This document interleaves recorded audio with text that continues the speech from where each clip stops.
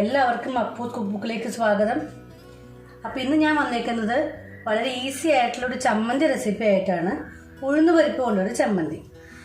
പിന്നെ ഇനി ഇൻട്രോ ഒന്നും വേണ്ടാന്ന് വെച്ചു, കാരണം ഇത് വളരെ ചെറിയൊരു റെസിപ്പി ആയതുകൊണ്ട് ലെങ്തി ആക്കണ്ടെന്ന് വിചാരിച്ചു വീഡിയോ. അപ്പോൾ നമുക്ക് ഇതിലേക്ക് എന്തൊക്കെയാണ് ആവശ്യമുള്ള സാധനങ്ങളെന്ന് നോക്കാം. ഞാനിവിടെ 2 ടേബിൾ സ്പൂൺ ഉഴുന്ന് പരിപ്പാണ് എടുത്തേക്കുന്നത്. നല്ലോണം കഴുകി വെള്ളമൊക്കെ കളഞ്ഞ് വെച്ചേക്കുന്നതാണിത്.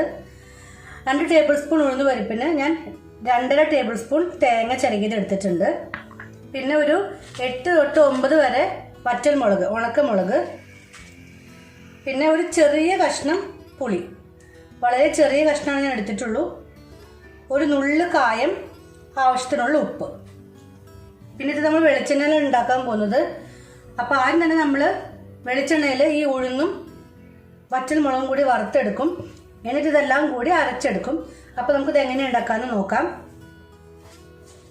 ഇവിടെ എണ്ണ ചൂടായിട്ടുണ്ട്. നമുക്ക് ഇതിലേക്ക് ഉഴുന്ന് പരിപ്പ് ചേർത്ത് കൊടുക്കാം.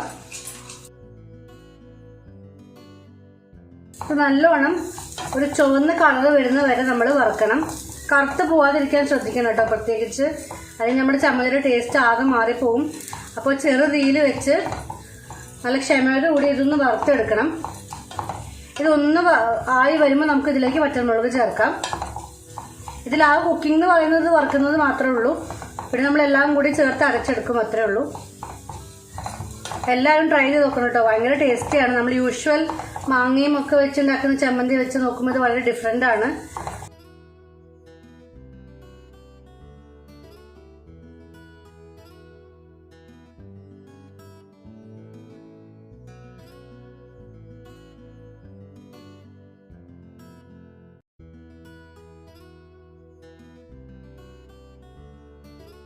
ഇത് വറുത്തെടുക്കുമ്പോൾ നല്ലൊരു മണം വരും കേട്ടോ.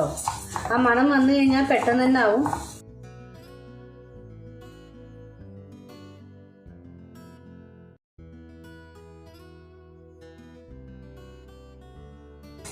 ഇവിടെ കളർ ചെറുതായിട്ട് മാറി തുടങ്ങിയിട്ടുണ്ട്.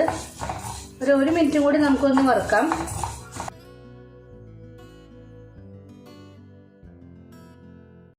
അപ്പോൾ കളർ നന്നായി മാറിയിട്ടുണ്ട്. നമുക്ക് ഇതിലേക്ക് പച്ചമുളക് ചേർത്ത് കൊടുക്കാം. ഈ മുളകൊന്ന് ചൂടായി കഴിഞ്ഞു കഴിഞ്ഞാൽ നമുക്ക് തേങ്ങ ചേർത്ത് അരച്ചെടുക്കാം.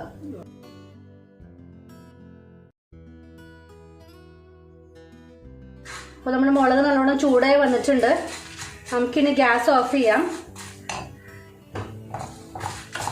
ഇതിലേക്ക് നമുക്ക് തേങ്ങ ചേർത്ത് ഉപ്പ്, കായപ്പൊടി, പുളി ഇതും കൂടി ചേർത്ത് നന്നായി മിക്സ് ചെയ്തിട്ട് ചൂടാറി കഴിയുമ്പോൾ അരച്ചെടുക്കാം. ഞാൻ അരച്ചെടുത്തിട്ട് കാണിച്ചു തരാം കേട്ടോ എങ്ങനെയാണ്. നല്ലോണം ഒന്ന് മിക്സ് ചെയ്തെടുക്കാം ആദ്യം തന്നെ.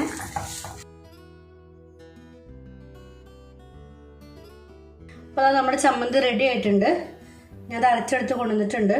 അരയ്ക്കുമ്പോൾ ശ്രദ്ധിക്കേണ്ടത് ആദ്യം വെള്ളം ചേർക്കാതെ ജസ്റ്റ് ഒന്ന് പൊടിക്കുക, എന്നിട്ട് ആവശ്യത്തിന് വെള്ളം ചേർത്ത് അരയ്ക്കുക. ഒരുപാട് ലൂസായിട്ടല്ല അരയ്ക്കേണ്ടത്. ഇത് കുറച്ച് കട്ടി ചമ്മന്തിയാണ്. അരയ്ക്കുമ്പോൾ ഒരുപാട് നൈസായിട്ട് അരയ്ക്കരുത്. ആ ഉഴുന്ന് ഇറക്കിയൊന്നും കടിക്കാൻ കിട്ടണം, അതാണ് അതിൻ്റെ ടേസ്റ്റ്. അപ്പോൾ ഇത്രയേ ഉള്ളൂ നമ്മുടെ ചമ്മന്തി. 5 മിനിറ്റ് എടുത്തിട്ടുള്ളൂ ഇത് ഉണ്ടാക്കാനായിട്ട്. അപ്പോൾ എല്ലാവരും തീർച്ചയായും ഉണ്ടാക്കി നോക്കണം. എൻ്റെ പഴയ വീഡിയോസും എല്ലാവരും കണ്ട് സപ്പോർട്ട് ചെയ്യണം, ഷെയർ ചെയ്യണം, സബ്സ്ക്രൈബ് ചെയ്യാൻ മറക്കില്ലല്ലോ അല്ലേ. അപ്പോൾ അടുത്ത വീഡിയോ ആയിട്ട് കാണുന്നവരെ ബൈ.